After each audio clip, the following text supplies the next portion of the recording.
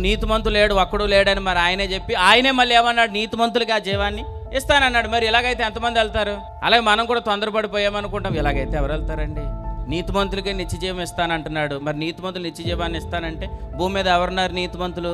మనమేమనుకుంటాం నీతిమంతులు అని అంటే ప్రతి సంవత్సరం అన్నదానం చేస్తున్నాడంటే అతను ఎవరు? నీతిమంతుడు. బైబిల్లో కూడా అపోస్తల కార్యం 10వ అధ్యాయంలో కొర్నేలు అని ఆయన ఆ ఊరు వాళ్ళందరికీ దాన ధర్మాలు చేస్తున్నాడు, వస్త్రదానాలు చేస్తున్నాడు. ఆ ఊరు వారు అందరూ అనుకుంటున్నారంట మన మధ్యలో, మన ఊరిలో, మన ప్రాంతంలో ఈయన మాత్రమే నీతిమంతుడు అని అనుకుంటున్నారు. నిజమేనా? ఒకవేళ అతను అలా చేసినందుకు నీతిమంతుడైతే అతని యొద్దకు దేవుని దేవదూత వచ్చి ఏం చెప్పింది?